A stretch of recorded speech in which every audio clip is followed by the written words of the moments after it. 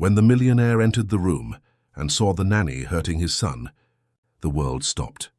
But it was the maid, with courage and evidence in her hands, who brought the truth to light in front of everyone. If you enjoy emotional stories, subscribe to the channel and comment where you're listening from. Let's continue. Marina woke up at 5 in the morning, as always. The alarm clock no longer even needed to ring. Her body had already memorized that years-long ritual. She slowly rose from the thin mattress she shared with her younger sister Julia in their small 2-room apartment in Briarwood Estates. The smell of reheated coffee still lingered in the pre-dawn air, mixed with the distant sound of the first buses cutting through the streets of London's outskirts. Before leaving, Marina entered her mother's room. Mrs. Lucy was asleep, but her breathing was heavy, interrupted. The oxygen tank beside the bed emitted a constant hiss, like a cruel reminder that time was running out. Marina adjusted the thin blanket over her mother's fragile shoulders, left the medicine and a glass of water on the bedside table, and whispered a prayer she no longer knew if she believed in. "I'll be back soon." "Mom, Julia will stay with you until noon." Mrs. Lucy didn't respond. Perhaps she was sleeping, or perhaps she simply no longer had the strength to reply. Marina picked up her 2 cloth bags, one with her clean, starched uniform, the other with a homemade packed lunch, and walked out the door that never quite locked properly. The bus journey to Regent's Park Gardens took almost 2 hours. 2 hours of crowding, heat, people pushing, tired glances like her own.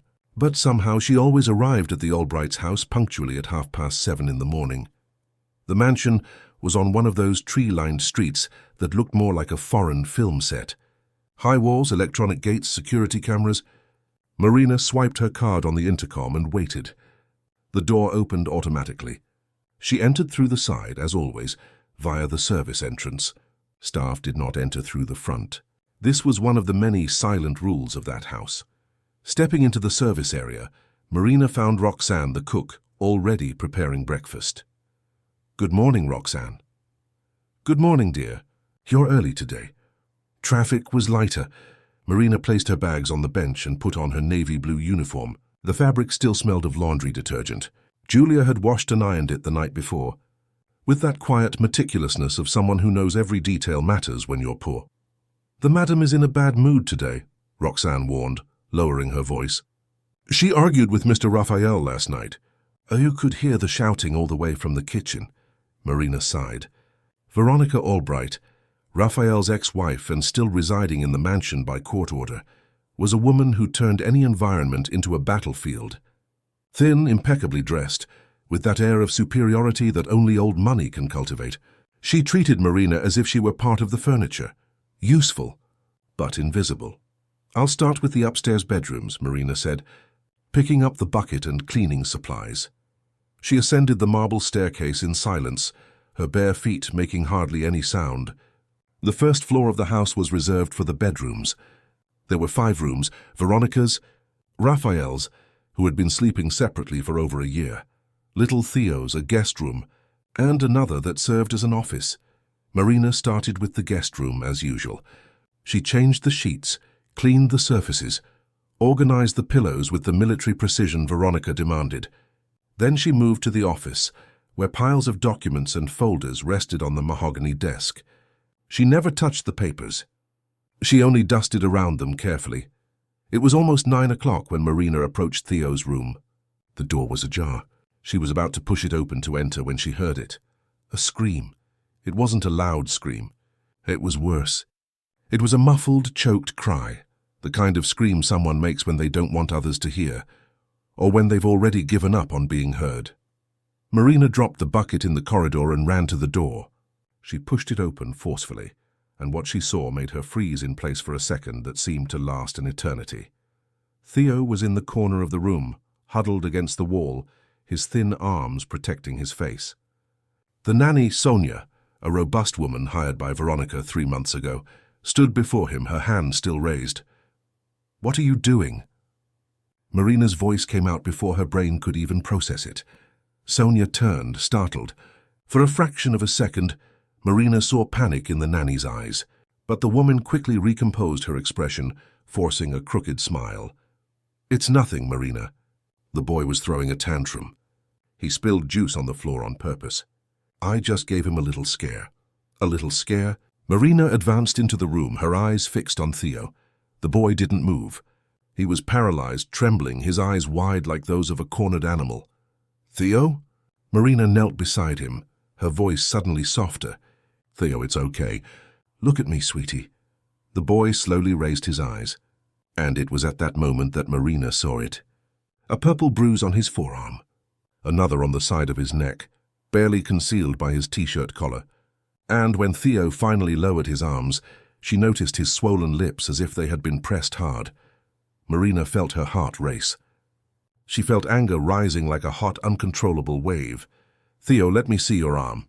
The boy hesitated, but looking into Marina's eyes, he slowly extended his arm.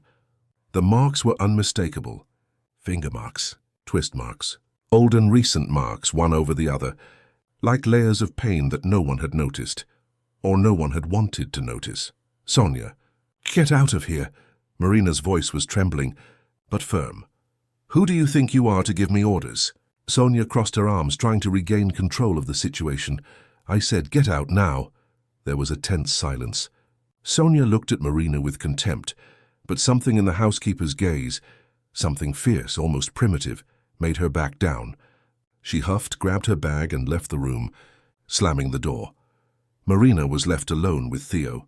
The boy was still trembling, but now there was something different in his eyes. Hope, or perhaps just the relief of no longer being alone. Theo, how many times has this happened? The boy lowered his head and didn't answer. It's okay, my love. You don't have to talk now, but I need you to trust me, okay? I won't let anyone hurt you again. I promise. Marina took her old cell phone from her uniform pocket. Her hands were trembling so much that she almost dropped the device. Carefully, she silently asked the boy for permission with her gaze. Theo, after an instant, nodded slightly. Marina photographed the marks. Every single one. The arm, the neck, the back, where there was a scar that looked like it had been made by a fingernail or some object. Each click felt like a punch to her stomach. How had she not noticed before? How had no one noticed? Theo, has Sonia been doing this to you for a long time? The boy nodded, his lips trembling. And did you tell anyone? Theo shook his head. No, he hadn't told anyone. Why, sweetie? Theo's voice was so low that Marina could barely hear it. Because my mom said I have to obey Sonia, that if I don't obey, I'll be sent to a boarding school. Far away from everyone. Marina closed her eyes, taking a deep breath to hold back the tears. What kind of mother does that to her own child? Listen, Theo, you're not going to be sent anywhere, and no one will hurt you anymore. I'll sort this out, okay? The boy stared at her with those deep eyes and asked, with the brutal sincerity of children, do you promise? Marina extended her pinky finger. Theo intertwined his with hers. I promise. Marina left the room, her phone clutched in her hand, her heart beating like a war drum. She hurried down the stairs, passed through the kitchen. Roxanne looked up, startled by the expression on Marina's face, and went straight to the service area. She locked herself in the tiny bathroom and opened her contact list. There was only one number that mattered now. Raphael Albright, Theo's father, her employer, the man who was at that very moment in a business meeting in the city center. Marina had never called him. It wasn't protocol. Employees didn't call employers directly. But protocol no longer mattered. She dialed, ring, 2 rings, 3. Hello? Raphael's voice was impatient, hurried. In the background, Marina heard men's voices discussing figures and charts. Mr. Raphael, it's Marina. I work at your house. Marina? What happened? She's my mother, all right. It's not your mother, sir. It's Theo. There was a pause. Marina could feel his attention turning completely to her. Theo? What about Theo? Marina swallowed hard. The words came out in a rush, urgent and desperate. The nanny, sir, Sonia, she's hurting him. I saw it. I took pictures. There are marks, sir. Old marks. She's been doing this for a while. Silence on the other end of the line. A silence so heavy that Marina thought the call had dropped. Sir, send the photos now. Raphael's voice was unrecognizable. It was no longer the voice of the polished businessman. It was something primitive, something savage. I will send them, sir. And Marina, yes? Don't let that woman get near my son. If she tries, you call me. I'm leaving here now. The call ended. Marina sent the photos. One by one, she saw the delivered and then viewed signs appear on the screen. Then she put away her phone and took a deep breath. She had just crossed a line. She had just defied the natural order of that house. She had just turned the tables, and there was no turning back. Marina left the bathroom and returned to the kitchen. Roxanne was preparing lunch, but looked at Marina with concern. "What's wrong? Girl, you look like you've seen a ghost." Marina didn't answer. She just went back up to Theo's room. The boy was sitting on the bed, hugging a faded teddy bear. "Your dad is coming. Theo, everything's all right now." Theo looked up, and for the first time in a long time, Marina saw something she hadn't seen in that child for months. Hope. She sat beside him and stayed there in silence, waiting. The minutes dragged like hours, until suddenly the sound of tires skidding at the entrance, a car door slamming hard, quick, heavy, furious footsteps. Raphael Albright had arrived, and hell was about to begin. Raphael Albright entered through the main door like a hurricane. Not through the side, not through the service entrance, through the front door, the same one he rarely used because he was always working, always too busy to notice what was happening inside his own house. Marina heard his footsteps echoing through the entrance hall, ascending the stairs with an urgency that made the marble seem to tremble. She got up from the bed where she was sitting beside Theo and positioned herself between the boy and the door like a human shield. When Raphael entered the room, Marina barely recognized him. The man, always impeccable, in an Italian suit with perfectly combed hair, now had his tie loose, his hair disheveled, and his eyes, those brown eyes she rarely saw up close, overflowed with something between fury and despair. He stopped at the door. He was breathing heavily as if he had run up. His eyes went straight to Theo. "Son," Raphael's voice broke. It simply broke right there before a housekeeper and a child who barely knew him. Theo didn't move. He just clutched the teddy bear against his chest. Raphael took a step forward, then another until he knelt in front of his son. Marina discreetly moved away, giving them space but remaining nearby. "Theo, look at me, son, please." The boy slowly raised his eyes. Father and son looked at each other, and in that moment Marina saw something she never would have imagined witnessing. A millionaire. Powerful man, accustomed to controlling boardrooms and closing multi-million contracts, completely devastated by the fragility of his own son. "Show me. Theo, show me where she hurt you." With trembling hands, the boy lifted his t-shirt sleeve. The purple bruise on his forearm seemed even more shocking under the natural light streaming through the window. Raphael closed his eyes, his jaw clenching tightly. Marina saw a tear roll down his face. Just one, but it was enough. "Why didn't you tell me, son? Why didn't you talk to me?" Theo lowered his head. "Because you're never here." The sentence was spoken without malice, without anger, just as a fact, though simple and devastating truth that cut Raphael deeper than any insult. He pulled his son into a tight, desperate embrace. Theo was stiff for a moment, but then slowly, very slowly, his thin arms rose and wrapped around his father's neck. And then he cried. He cried as he hadn't cried in months, perhaps years. A loud, screaming cry of relief and accumulated pain. Marina turned her face, wiping her own tears. She shouldn't have been there. That moment was private, intimate. But before she could leave, Raphael looked at her over Theo's shoulder. "Thank you." His voice was hoarse, almost inaudible. "Thank you, Marina."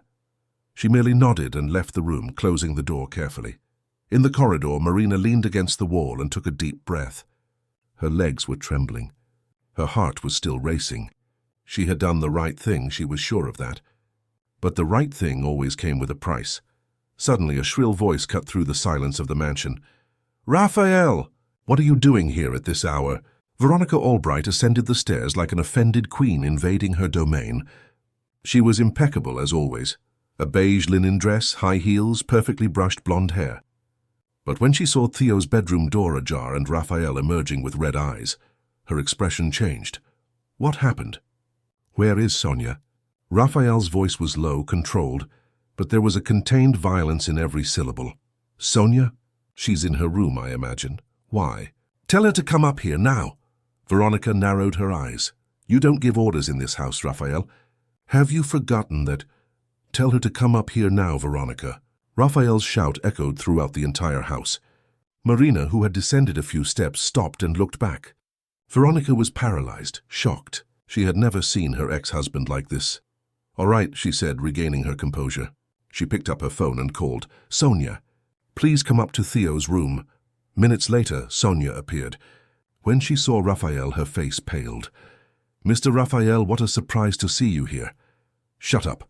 Raphael advanced towards her with such fury that Sonia instinctively recoiled. "Do you think I don't know what you did to my son?" I don't know what you're talking about. Don't lie to me." Raphael pulled his phone from his pocket and showed the photos to Veronica. One by one, she looked, and the color drained from her face. For an instant, just an instant, Marina saw something in Veronica's eyes. Guilt? Shame? Or just fear of being exposed? "Raphael, you knew." It wasn't a question. It was an accusation. "You knew and did nothing." "No, I didn't know." Sonia came with excellent references. "References?" Raphael gave a bitter laugh. "You didn't even check, Veronica. You simply hired her because she was cheap and didn't question your orders." Veronica opened her mouth to reply, but nothing came out. Raphael turned to Sonia. "You're fired. Get your things and get out of my house now." "But Sir Richard..." "Now, and if you set foot on this property again, I swear I won't be responsible for my actions. Furthermore, I am filing a complaint with the police. You will face criminal charges for assault on a minor." Sonia tried to appeal to Veronica, but the woman looked away. With no other option, the nanny ran downstairs. When she disappeared, Raphael turned to Veronica. "And you? You are his mother, Veronica." "His mother? How could you let this happen?" "I didn't know, Raphael. I work, I have commitments." "Commitments? You spend your day at the club, at the salon, having lunch with your friends. Don't give me that." "And you?" Veronica counterattacked, her voice rising. "You who live shut up in that office, in those endless meetings. When was the last time you had dinner with your son, Raphael? When?"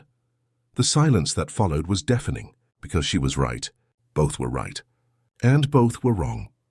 "This ends today," Raphael said, his voice calmer but firm. "I'm filing for full custody of Theo." "You won't do that. It's already done. My lawyer has already been contacted." Veronica let out a humorless laugh. "Do you think any judge will grant you custody?" "You barely know your son, Raphael." "I'm his mother. I've always been here." "Been where, Veronica? Because clearly you weren't where it mattered." Raphael entered Theo's room and closed the door, leaving Veronica alone in the corridor. She stood there for a long moment, her breathing quickened, her hands trembling. Then, as if remembering something, her eyes turned to the staircase. Marina. It had been her. The housekeeper. She had called Raphael. She had taken the photos. She had started all of this. Veronica descended the stairs slowly, the sound of her heels echoing on the marble. She found Marina in the kitchen, helping Roxanne prepare lunch. "Marina." A word now. The two went to the service area. Veronica closed the door and crossed her arms. "It was you, wasn't it?" "You called Raphael." Marina raised her chin. "Yes, madam, I did." "You had no right." "Yes, I did. Because I saw a child being abused and I wasn't going to stay silent." Veronica took a step forward, intimidating. "Do you know who you're talking to, Marina? Do you know how many people I know in this city? One word from me and you won't even get a job as a public restroom cleaner." Marina felt fear rising in her throat, but she didn't back down. "You can do whatever you want to me, but I won't apologize for protecting that child." "Protect?" Veronica laughed. "Do you think you're the hero of this story? You're a housekeeper, Marina. A housekeeper who just stuck her nose where it didn't belong. Then fire me." The words came out before Marina could think. Veronica smiled, but it was a cold smile. "Oh no, I won't fire you." "That would be too easy. But your life here will become a living hell. I guarantee that." And Veronica left, her heels clicking on the floor with a menacing cadence. Marina was left alone in the service area, her heart pounding. She had made enemies, powerful enemies, but when she thought of Theo's face, the bruises, the fear in those child's eyes, she knew she would do it all again. In the following days, the tension in the house was palpable. Raphael moved into one of the guest rooms and assumed a much more active presence in Theo's life. He cancelled meetings, rescheduled trips, started having lunch at home. For the first time in years, father and son dined together. Marina noticed the changes. The boy was still quiet, still wary, but little by little he began to open small cracks in that protective shell. He smiled more. He played more. And whenever he saw Marina, he ran to hug her. But Veronica didn't forget her promise. In the first week, Marina was called to clean the same bathroom 3 times because there were still stains. In the second week, Veronica started making calls. Marina had 2 extra jobs, one cleaning a dental office, on Tuesday and Thursday evenings, and another ironing clothes for an elderly lady in Chelsea on Saturdays. Both disappeared. "Sorry." "Marina," the dental office owner said on the phone, his voice embarrassed. "I received a call. A recommendation not to renew your contract. They said you're, how do I put this, problematic." The lady in Chelsea didn't even give explanations. She simply said she no longer needed her services. Marina lost almost half of her income. With her mother's bills accumulating and Julia needing school supplies, the situation became desperate. She started skipping meals to save money. Roxanne noticed and started forgetting extra-packed lunches in the fridge. But Marina didn't back down. She remained firm, continued working at the Albrights' house, continued being a safe haven for Theo. And then Raphael noticed. It was on a Friday morning. He came down for coffee and found Marina in the living room, cleaning the windows. She was thinner.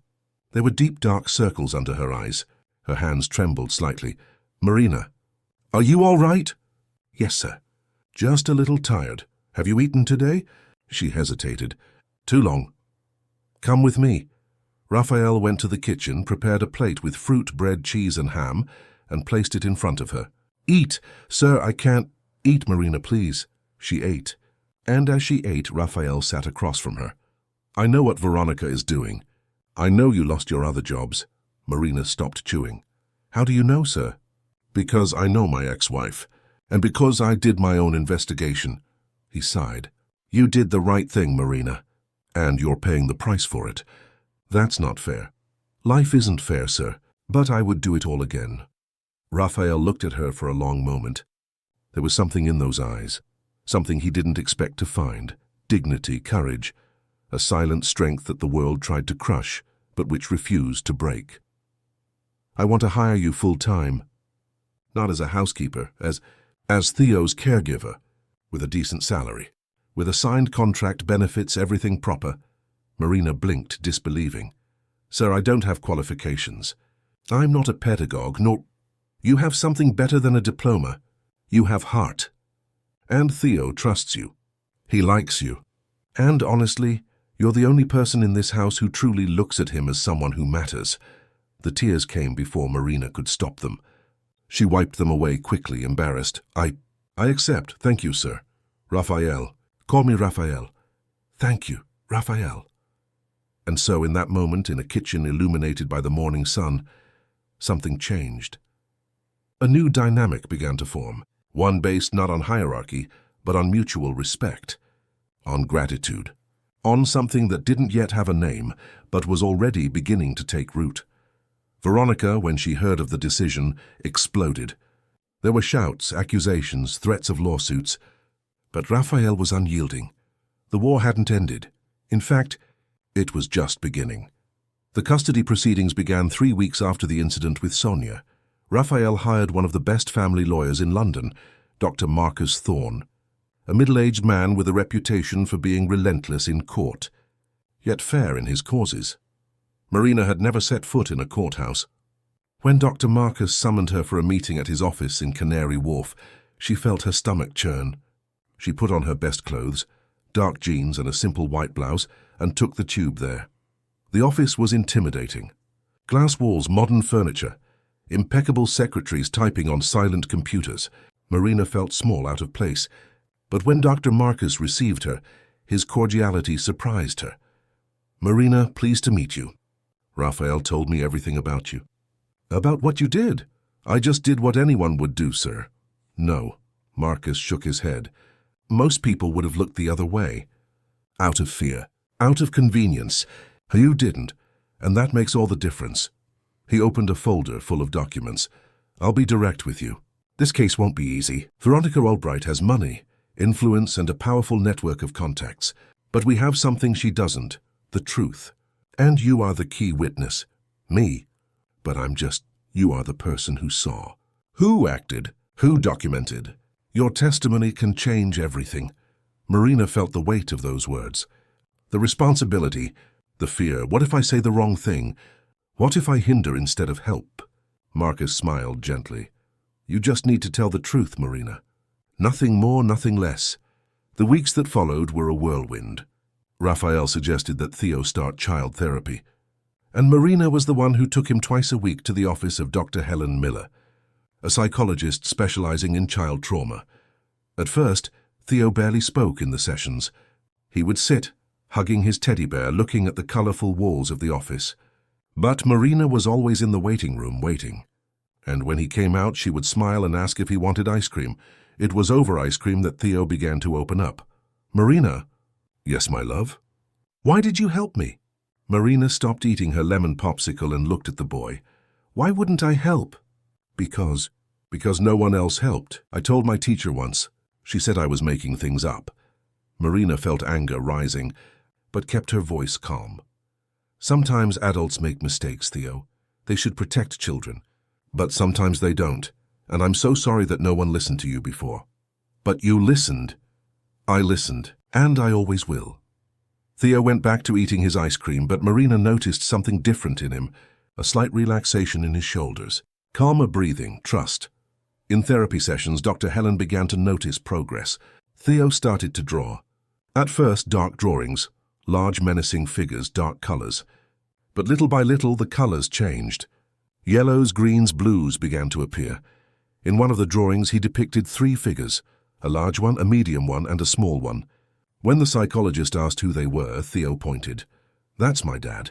That's Marina. And that's me. And where is your mother? Theo turned the page and showed the back. There was a figure alone, far away, without color. She's there. Dr. Helen included the drawing in the psychological report that would be attached to the case. It was silent, but devastating evidence. The first hearing was scheduled for a Tuesday morning at the family court in central London. Marina woke up at 4 in the morning, unable to sleep. Julia helped her do her hair and lent her a black blazer she had received from a former employer. You're going to nail it, sis, Julia said, squeezing Marina's hand. You're the strongest person I know. In the courtroom, Marina sat beside Raphael and Dr. Marcus. On the other side, Veronica was accompanied by her own legal team, 3 impeccably suited lawyers, all with calculated expressions. The judge presiding over the case was Judge Beatrice Lawson, a woman in her 50s, with grey hair pulled back in a bun and a penetrating gaze. She began the hearing by reviewing the documents. Let's begin by hearing from the parties. Mr. Raphael, would you like to make your opening remarks? Raphael stood up. His voice was firm, but Marina noticed his hands clenched at the sides of the table. Your Honor, I have failed as a father. I acknowledge that. I spent years prioritizing my work to the detriment of my son. But when I discovered he was being abused within his own home, under the responsibility of my ex-wife, I realized I had to change. And I have changed. I am present. I am listening. I am learning to be the father my son deserves. And that is why I am requesting full custody, because he needs a safe environment. And I will guarantee that. Veronica retorted with her own speech. She spoke about how she had raised Theo alone for years, about how Raphael was trying to buy his son's affection with temporary presence, about how she was the only constant in the boy's life. Then it was Marina's turn. Ms. Marina Silva will be heard as an eyewitness to the facts, the judge announced. Marina stood up, her legs trembling. She sat in the designated chair. The clerk asked for her details, and she provided them in a low voice. Dr. Marcus began the interrogation. Marina, can you tell us, in your own words, what happened on September 14th? Marina took a deep breath and began to speak. She recounted hearing the muffled cries, about entering the room and seeing Sonia with her hand raised, about the bruises on Theo's body, about the fear in his eyes, about the old marks that indicated this had been happening for a long time. And what did you do? Dr. Marcus asked. I took photos, and I called his father. Why did you call his father? Because someone needed to know. Someone needed to protect that child. And weren't you afraid of losing your job? Marina looked directly at the judge. Yes, I was. I'm still afraid today. But I wouldn't have been able to sleep, knowing I had seen a child being beaten and done nothing. Veronica's lawyer asked to pose his questions. Ms. Marina, how many years of schooling do you have? I finished high school. Do you have any training in pedagogy, child psychology, social work? No, sir. Then how can you state with certainty that those marks were the result of aggression and not, say, a fall, a game? Marina felt the trap but remained calm. Because I have eyes. And because the boy was scared. A child who falls while playing doesn't huddle in a corner trembling. Don't you think you're taking advantage of this situation? After all, you were promoted after the incident, weren't you? Objection. Dr. Marcus stood up. The question is biased and I'll answer, Marina interrupted. She looked directly at Veronica's lawyer. Yes, I received a better job offer. But it wasn't because I took advantage.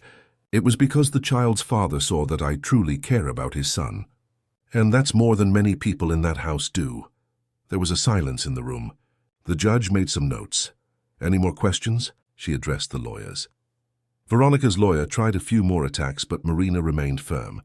When she was finally dismissed, she returned to her seat, her heart still racing. Theo was also heard, but in a private session, only with the judge and the psychologist. Marina was not present, but Dr. Marcus later recounted that the boy had asked to show his drawings and had said, with the brutal sincerity of children, that he was afraid of his mother. Additional witnesses were called. Roxanne, the cook, confirmed that she had seen Theo with bruises on several occasions. His schoolteacher admitted, embarrassed, that Theo had tried to report something once, but she hadn't taken it seriously. Even neighbors were heard, reporting shouts coming from the Albrights' house on several occasions. Veronica's lawyer tried to discredit each witness, but the pile of evidence was too high. The photos, the medical reports, the drawings, the testimonies, everything pointed in the same direction. During a break, Marina went to the restroom and found Veronica washing her hands. The two stared at each other through the mirror. You're enjoying this, aren't you? Veronica said, her voice cold. Destroying a family. Marina dried her hands and turned to face her directly. I didn't destroy anything, Veronica. You did that yourself. When you chose not to see what was happening to your son. I'm his mother. A mother isn't just who gives birth. A mother is who cares, who protects, who loves unconditionally. Marina took a step forward. And you were never his mother. You were just his owner. Veronica raised her hand, and for a moment Marina thought she was going to strike her. But the woman restrained herself, her eyes gleaming with rage. You'll regret this. Marina left the restroom without responding. The hearing stretched on for weeks. Each session was a new blow for Veronica, and a new victory for Raphael. But the emotional toll was immense. Raphael was losing weight, sleeping poorly. Theo had frequent nightmares, and Marina? Marina was exhausted. But every night, when she arrived home and saw Julia taking care of their mother, when she saw Mrs. Lucy struggling to breathe, she remembered why she was doing it. It was on a rainy night that everything changed between Marina and Raphael. Theo had a particularly violent nightmare and woke up screaming. Marina, who now slept in the maid's room just below, heard him and rushed upstairs. She found Raphael already in his son's room trying to calm him. It's all right, son. It was just a dream. She was here. Sonia was here. No, my love. She's not. She can't hurt you anymore. Marina entered the room and knelt beside the bed. Theo, look at me. Breathe with me, okay? Inhale and exhale, inhale and exhale. The boy followed her instructions, his breathing gradually calming down. After about 20 minutes, he fell back asleep. Marina and Raphael left the room and went to the garden, needing fresh air. The rain had stopped, and the smell of wet earth filled the night. Thank you, Raphael said. You always know what to do. Experience. Julia used to have nightmares when she was little. They stood in silence for a moment, side by side. Marina, can I ask you something? Of course. Why do you care so much about him? About Theo? Marina thought before answering. Because he reminds me of my sister. When we were children, our mother worked 3 jobs. Our father, well, he wasn't present, and I remember how frightening it was. How it felt to be invisible, as if no one really saw me. She looked at Raphael, and when I saw Theo, I saw that same look. the look of someone who thinks they don't matter. And I couldn't let that continue. Raphael held her hand. It was a simple gesture, but laden with meaning. You're an incredible person, Marina. She felt her face flush. I just did what was right. No, you did more than that. You changed his life, and you changed mine too. They looked at each other, and for a moment the world seemed to pause. There was no employer and employee. Just two human beings united by a child who needed them. Marina gently released his hand. I should go get some rest. There's another hearing tomorrow. Marina? Yes? I'm glad you're here, she smiled. Me too. And that night, under the London stars, something silent but profound began to blossom between two worlds that should never have met, but which fate had decided to intertwine. The verdict was read on a grey October morning. The courtroom was full. Lawyers, social workers, the public prosecutor's office. Marina sat behind Raphael, her hands clasped in her lap, her heart beating so loudly she was sure everyone could hear it.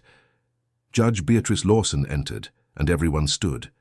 She sat down, adjusted her glasses, and opened the folder containing the verdict. The silence was absolute. Even the air seemed to have stopped circulating. After a meticulous analysis of all testimonies, reports, documents, and evidence presented in this case, and the judge began, her voice firm and clear, I find that there has been serious negligence on the part of the respondent, Ms. Veronica Albright, in the exercise of parental authority. Marina saw Veronica stiffen in her chair.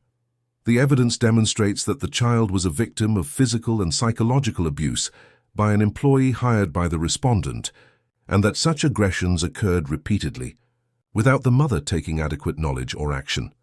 The child's psychological report indicates deep traumas, feelings of abandonment, and fear regarding the maternal figure.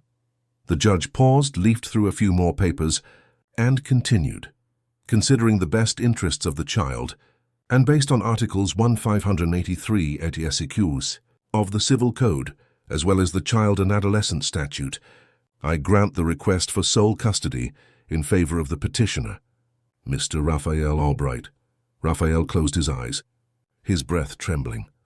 The respondent will have the right to supervised visits, fortnightly, with psychological support for both her and the child. Visits may be extended according to the evolution of the child's emotional state and proof of a change in the respondent's attitude. The judge continued with the technical details, alimony, division of assets, responsibilities. But Marina barely listened. She could only think of Theo. He was safe now. Finally safe. As for Sonia, a criminal case was ongoing. She was sentenced to 2 years in a semi-open prison regime for bodily harm against a minor, and permanently lost the right to work with children. Her name was included in records that would prevent future employment in schools, nurseries, or as a nanny. When they left the courthouse, Raphael hugged Dr. Marcus tightly. Thank you. Thank you very much. Don't thank me. Thank her. Marcus pointed to Marina. Without her testimony, without the photos, without her courage, this case would not have reached where it did. Raphael turned to Marina. There were tears in his eyes. I don't know how to thank you. You don't need to, Marina said, also crying. Seeing Theo well is thanks enough. Raphael pulled her into a hug. It was a long, tight embrace, laden with gratitude and something more. Something neither of them yet had the courage to name. The weeks that followed were for adaptation. Veronica moved out of the mansion, part of the separation agreement, and went to live in an apartment in Canary Wharf. The first supervised visits were tense. Theo barely looked at his mother. He would sit, answering questions in monosyllables, his eyes always seeking the door, wanting to leave. Veronica tried to buy her son's affection with gifts, video games, expensive toys, designer clothes, but Theo left everything in the corner untouched. What he wanted wasn't things, so it was presence, it was security, it was true love, and that he found in Marina. She became an essential part of the boy's life. Every morning, she was the one who woke Theo with soft music and a smile. She was the one who prepared his favorite breakfast, pancakes with honey. She was the one who took him to school, picked him up, helped with homework, and every night she was the one who read stories before bed. Marina? Theo asked one night as she closed the fairy tale book. Yes, my love? Will you always stay here? Marina's heart squeezed. Why do you ask that? Because I'm afraid you'll leave. Like everyone else. Marina sat on the edge of the bed and took his hand. Listen carefully, Theo, I'm not going anywhere. I promise. Come rain or shine, I'll be here always. Do you really promise? I promise. Theo hugged her tightly and Marina held him close, feeling her heart overflow with a love she never imagined she was capable of feeling. That child had entered her life by chance, but now it was impossible to imagine life without him. And Raphael? Raphael observed all of this with a mixture of admiration and something deeper. He started coming home earlier from work. He started refusing unnecessary trips. He started being present. The three of them dined together every night. They talked about their day, about the cartoons Theo watched, about plans for the weekend. It was simple. It was common. It was something most families did without a second thought. But for them, it was magical.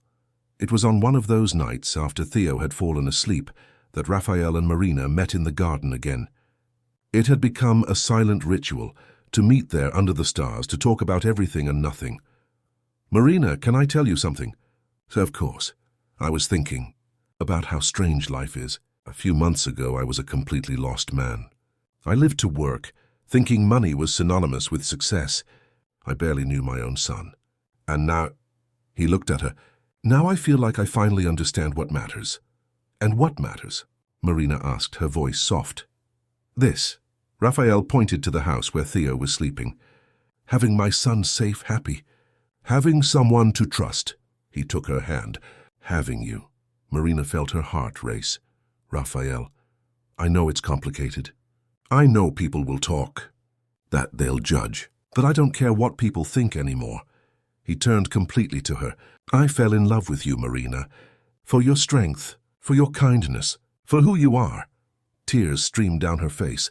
I fell in love with you too, but I'm scared. Scared that this might be, that it might just be gratitude. That in a few months you'll realize that... Realize what? That you're incredible? That you changed my life? That you're the best thing that ever happened to me and my son? Raphael held her face with both hands. Marina, this isn't gratitude. It's love. Real love. And then he kissed her. It was a slow, careful kiss, full of unspoken promises. When they separated, Marina was trembling. And now, she whispered. Now we live, Raphael said, smiling. One day at a time. The months that followed were the happiest of Marina's life. She officially moved into the mansion, no longer as an employee but as part of the family. Julia was thrilled and began visiting them regularly. Mrs. Lucy, despite her illness, lived long enough to see her daughter happy. And that, Marina knew, was a gift. Theo blossomed. Therapy sessions continued, but now he spoke openly about his feelings. He made friends at school. He started laughing loudly again, and gradually visits with Veronica improved. The woman entered therapy, confronted her own demons, and began a slow journey of rebuilding her relationship with her son. It wouldn't be easy.